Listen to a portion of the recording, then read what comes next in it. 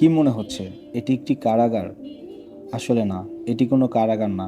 এটি হচ্ছে ৩০তম আন্তর্জাতিক বাণিজ্য মেলার একটি প্যাভিলিয়ন। বিভিন্ন অপরাধ করে যে সকল অপরাধীরা বর্তমানে কারাবন্দী অবস্থায় আছে, তাদের মধ্যেও যে ভালো কিছু থাকতে পারে সেটা এই ভিডিও না দেখলে আপনি হয়তো বুঝতেন না।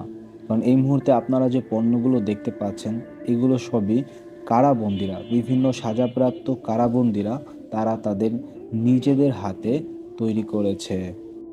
বাংলাদেশ জেল কর্তৃপক্ষকে অবশ্যই ধন্যবাদ দিতে হয়, কারণ যে সকল কারাবন্দীরা বর্তমানে জেলে রয়েছে তাদেরও পরিবার রয়েছে এবং তারা এই কাজ করার মাধ্যমে তাদের পরিবারকে জেলে থেকেও সাহায্য করতে পারছে।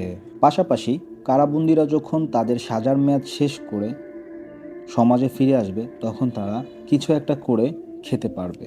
এই পণ্যগুলো বিক্রি করে যে লাভ হবে, সেই লাভের অর্ধেক অংশ কারাবন্দীদের প্রদান করা হবে। তাই আপনাদের কাছে বিনীত অনুরোধ থাকবে, আপনারা যারা বাণিজ্য মেলায় আসবেন তারা অবশ্যই এই প্যাভিলিয়নটিতে একবার ভিজিট করবেন এবং কিছু না কিছু কেনার চেষ্টা করবেন। ভিডিওর এই পর্যায়ে এই প্যাভিলিয়নে আসা এক দর্শনার্থীর সাক্ষাৎকার নেয়ার চেষ্টা করব।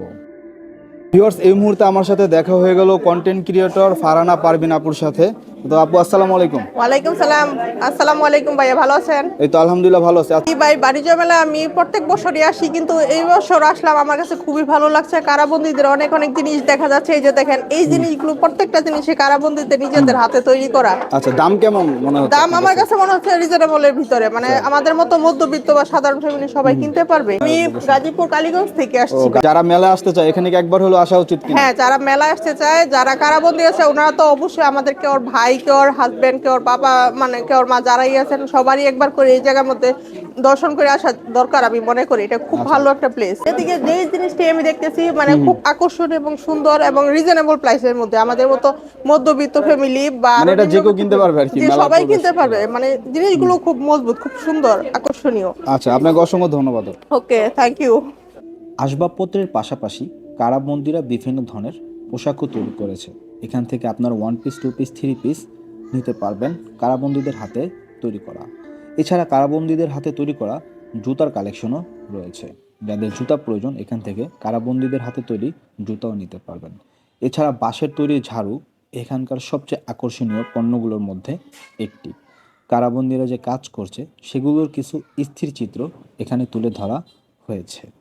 এছাড়া কারাবন্দীদের হাতে তৈরি করা আরও বিভিন্ন ধরনের পণ্য আমরা দেখতে পাচ্ছি, যার মধ্যে বেতের তৈরি বিভিন্ন ধরনের পণ্য রয়েছে। আমার সামনে যে পণ্যটি দেখতে পাচ্ছেন এটা হচ্ছে কাপড় রাখার ঝুড়ি।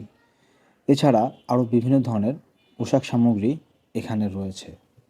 তো আপনারা যারা বাণিজ্য মেলায় আসার কথা চিন্তা করছেন তারা অবশ্যই একবার হলেও এখানে আসবেন। কিছু ক্রয় করুন অথবা না করুন, এখানে আসলে আপনাদের ভালো লাগবে, এতটুকু আমি বলতে পারি। রাখিব নিরাপদ, দেখাবো আলোর পথ। কারাগারের এই স্লোগানটির কিছুটা হলেও বাস্তব রূপ এখানে এসে দেখতে পেলাম, যেটা সত্যিই মনোমুগ্ধকর।